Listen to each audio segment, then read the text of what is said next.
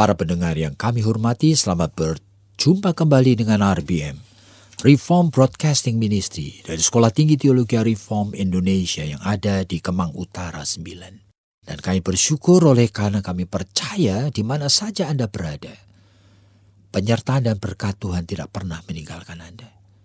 Cuma ingat, Anda adalah milik Tuhan.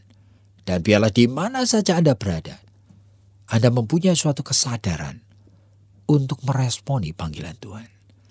Dan kita sampai saat ini sedang membicarakan topik yang sama, yaitu mediocre Christian. Menjadi orang Kristen setengah-setengah. Waduh, mana boleh. Ternyata ini menjadi pilihan daripada begitu banyak orang Kristen. Lebih dari 90% orang Kristen maunya jadi orang Kristen setengah-setengah saja. Sehingga tidak pernah mau membayar harga untuk menjadi orang Kristen. Tidak pernah komitmen full. Tidak pernah betul-betul itu bertekad untuk memberikan yang terbaik kepada Tuhan. Ya asal menjadi Kristen. Ya kenapa? Nah, alasan yang kelima yang kita akan bicarakan ini. Oleh karena memang 90% lebih dari orang Kristen memang tidak ingin, sama sekali tidak ingin menjadi saint atau orang-orang saleh. Sama seperti misalnya misionari Hudson Taylor atau Adoniram Judson yang kerja di Burma sampai mati itu, atau Mother Teresa, atau bahkan akan banyak misionari orang-orang saleh seperti itu. Di dalam pikiran banyak orang Kristen, itu kan orang saleh menjadi begitu karena diurapi Roh Kudus. Jadi Paulus diurapi Roh Kudus, dia tidak bisa lari dia. Roh Kudus nanti akan membuat dia begitu. Jadi kalau saya tidak diurapi, ngapain saya mencari pengurapan? Nah ini menjadi masalah. Oleh karena apa? Mencari pengurapan bisa keliru. Oleh karena nanti saya ngoyo-ngoyo ingin terlalu serius menjadi Kristen, saya bahkan mirip seperti Parisi-Parisi yang akhirnya sombong rohani. Jadi saya sebetulnya melakukan sesuatu yang keliru nanti. Jadi banyak orang Kristen memilih ya apa adanya aja sudah, pasif saja. Oleh karena apa? Yang menjadi mediocre Christian itu adalah masih menikmati hidup sebagai orang Kristen. Tidak perlu menjadi orang Kristen yang hebat-hebat, tinggi-tinggi itu. Yang kemudian hidupnya menjadi waduh luar biasa. Bagi kebanyakan orang itu menjadi extraordinary, luar biasa. Tetapi juga aneh. Dan banyak orang Kristen diam-diam tidak mau menjadi begitu. Jadi saudara jangan pikirkan kalau saudara itu mendengar riwayat mengenai misionari yang mati, ya kan, yang berkorban, yang dibakar hidup-hidup seperti William Tyndale dan sebagainya. Ada orang Kristen yang pengin seperti itu. Hampir tidak ada yang kepingin seperti itu. Bahkan mereka berpikir itu kan diurapi. Dan kalau Tuhan mengurapi ya apa boleh buat. Tidak bisa lari. Jadi kita tunggu aja pasif. Sehingga menjadi orang Kristen setengah-setengah saja. Mari kita bicarakan dengan Ibu Esther kali ini. Ya Pak, ini juga menarik begitu ya. Oleh karena seperti tadi Bapak katakan bahwa banyak orang yang tidak kepingin menjadi orang saleh. Kenapa sih Pak? Apakah orang saleh itu selalu miskin? Orang saleh itu tidak dikenal? Orang saleh itu cuma bekerja-bekerja, tapi tidak ada yang kemudian mungkin berterima kasih atau apa begitu Pak? Sebab rata-rata orang saleh itu kehidupannya itu susah. Jadi bukan orang yang seperti yang kita bayangkan. Hidup ini kan baru nikmat kalau punya duit gitu. Hidup baru nikmat kalau kita itu bisa jalan-jalan, kita bisa makan enak. Ya, kita bisa punya rumah yang bagus, kita punya mobil yang bagus, kita melihat anak-anak sekolah di sekolah yang terbagus, kita melihat anak-anak berhasil menikah dengan orang kaya dan mempunyai anak-anak yang masa depannya itu juga terjamin dan ya begitu. Pada saat sakit juga bisa pergi ke rumah sakit, ke dokter yang nomor 1. Pada masa anak sekolah juga dikirim ke sekolah yang terbaik. Nah, berpakaian yang semuanya tuh branded. Bayangan banyak orang itu seperti itu. Apalagi orang tinggal di kota besar dan orang kaya. Dan sekarang banyak orang itu kemudian sadar. Sehingga mereka pengen pun tidak untuk mendapatkan anugerah pengurapan Roh Kudus untuk menjadi orang saleh. Iya Pak. Sebetulnya tadi kan Bapak juga ngomong begitu ya, bahwa Roh Kudus ini menjadi seolah-olah menjadi bagian yang sangat penting di dalam kehidupan orang Kristen. Tetapi di pihak lain kita juga tidak lalu kayaknya itu bertanggung jawab gitu. Kayaknya ya sudah tergantung dari pekerjaan Roh Kudus saja. Kalau Roh Kudus menuntun saya ya saya ikut. Kalau tidak ya saya tidak merasakan apa-apa ya enggak usah bertanggung jawab. Apakah seperti itu Pak? Ya sebetulnya manusia itu selalu egois ya. Jadi manusia di mana-mana ya bergeraknya itu selalu pikiran seperti itu. Kalau boleh pilih ya pilih di mana dia itu enak. Nah sehingga kalaupun dia tahu Roh Kudus itu adalah Roh Allah sendiri. Tapi sebetulnya kalau menuntunnya ke arah yang tidak enak, manusia cenderung menolaknya. Jadi bagaimana itu Pak? Kan ya masa sih itu ada gitu yang lalu kemudian Roh Kudus menuntun ke tempat yang tidak enak begitu, lalu kemudian ya kita ikut-ikut aja, kita nurut-nurut saja. Makanya ini adalah hanya bisa diresponi dengan iman. Ini masalah rohani. Jadi kalau orang biasa bergaul dengan Tuhan, sebetulnya itu sama seperti ya, bayangkan aja. Orang bergaul dengan orang yang kita kagumi aja. Itu kadang-kadang itu fan syndrome itu ajaib sekali. Ajaib sekali, fan syndrome. Padahal itu tidak ada kaitannya dengan rohani sebenarnya.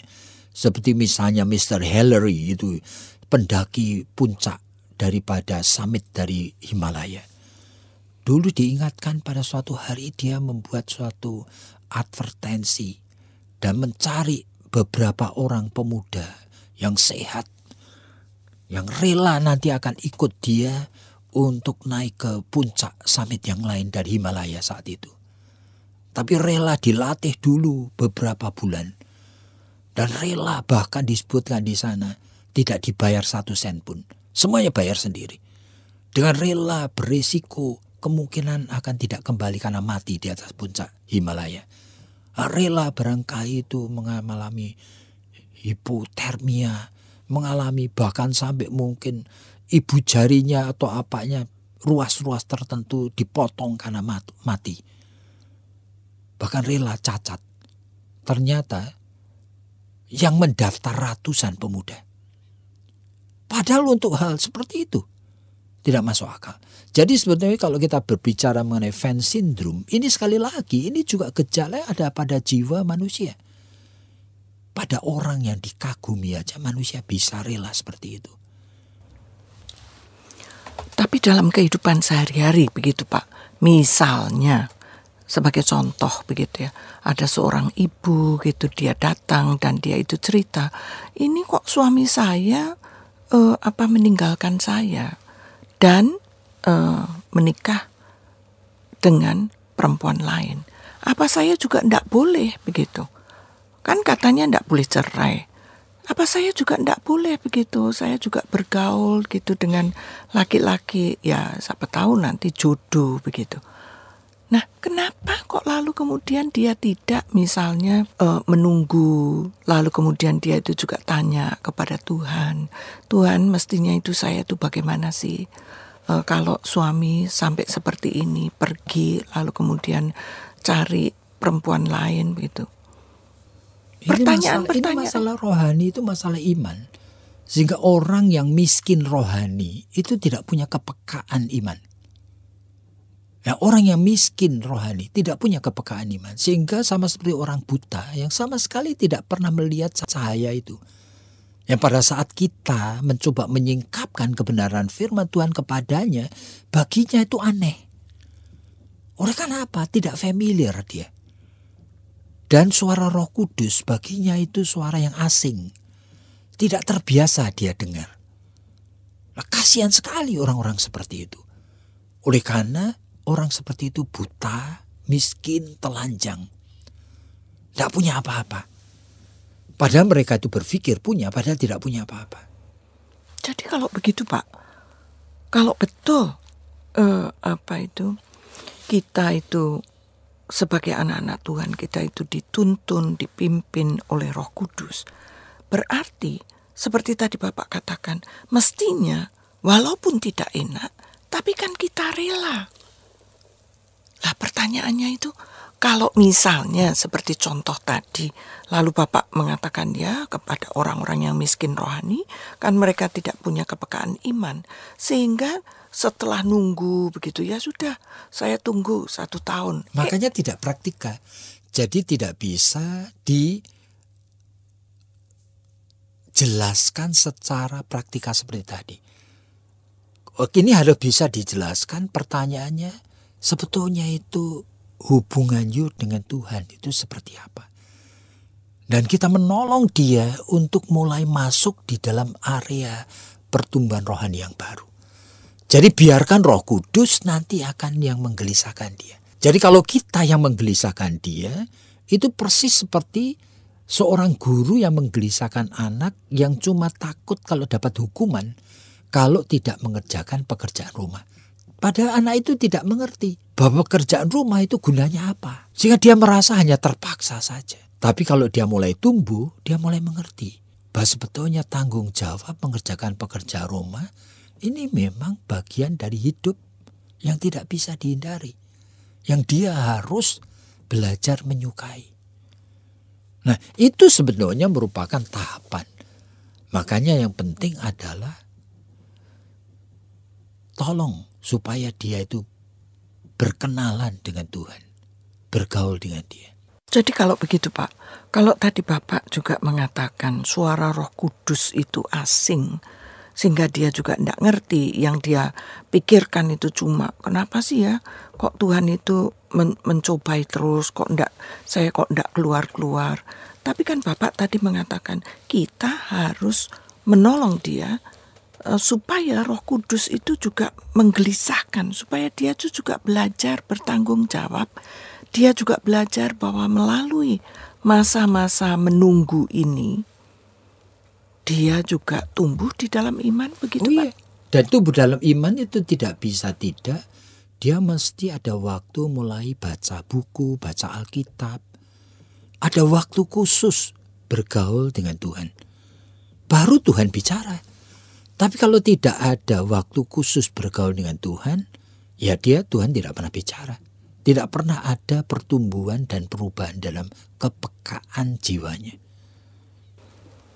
Jadi kalau begitu Pak, sebetulnya cara Tuhan bekerja itu sebetulnya tidak lalu kemudian seperti tadi suami meninggalkan, lalu kemudian dia doa terus, begitu lalu kemudian suami pulang, tidak begitu ya Pak ya? Ya, sebetulnya cara Tuhan bisa beda-beda. Seharusnya kalau dia doa pun, doa yang dituntun Roh Kudus itu doa sesuai dengan ajaran kebenaran firman.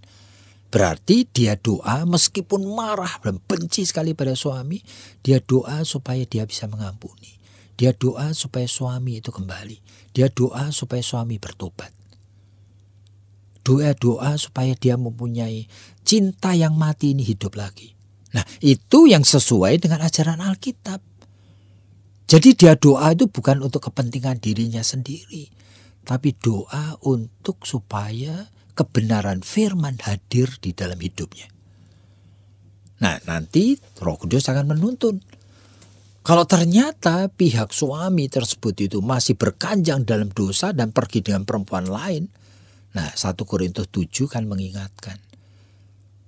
Kalau ingin suami itu bercerai, silakan. Tapi bukan dari pihak kamu. Nah, ini menjadi sesuatu yang sekarang itu menjadi berbeda dengan yang pertama tadi. Oleh karena sekarang sudah masuk di dalam suatu fase pergumulan yang berbeda fasenya. Jadi kalau begitu Pak, sebetulnya hidup di dalam Tuhan itu sebetulnya kaya sekali begitu ya Pak ya. Karena disakiti seperti itu pun kita malah berdoa supaya cinta yang mati itu hidup. Ya, Lalu karena kemudian memang Tuhan itu adalah Allah yang hidup. Yang melihat manusia itu peta dan gambarnya. Dan manusia itu bukan binatang yang cuma hidup untuk survive. Binatang hidup untuk survive. Tapi manusia itu hidup ada purpose-nya. Nah, sehingga bedanya di sana. Kalau binatang hanya untuk survive. Tapi manusia itu bukan untuk survive. Manusia itu ada purpose-nya. Nah, purpose itu memang mirip Allah. Yaitu manusia membangun hidup. Manusia mengalahkan dosa. Manusia itu menyelesaikan persoalan ini dengan kuasa daripada Roh Kudus. Jadi para pendengar yang kami hormati, begitu banyak orang Kristen yang memilih untuk tidak menjadi Kristen yang serius, apalagi menjadi orang-orang saleh. Nah, oleh karena takut. Dan orang-orang saleh menjadi saleh itu karena diurapi. Nah, kalau tidak diurapi ya kita pasif saja. Jadi ini menjadi suatu masalah. Jadi kita perlu waspada dengan sungguh. Bahwa seharusnya kita minta pengurapan supaya Tuhan pakai kita. Nah, ini persoalan yang sebetulnya esensial di sana. Kita orang percaya. Kita bukan hidup berdasarkan kebutuhan praktis kita. Makanya kita minta pengurapan supaya kita dipakai Tuhan. Apapun resikonya. Apapun yang kita akan hadapi. Jadi para pendengar yang kami hormati, mari kita sadar diri. Alkitab begitu kayanya menyingkapkan akan hal yang ajaib. Jikalau Anda ingin menjadi hamba-hamba Tuhan, alat di tangan Tuhan, menjadi konselor maupun menjadi hamba Tuhan, silakan join dengan kami. Kami serius sekali dalam mempersiapkan hamba Tuhan dan konselor. Ada ujian masuk pada bulan Januari nanti. Hubungin kami nomor 7990357. Kiranya Tuhan memberkati Anda.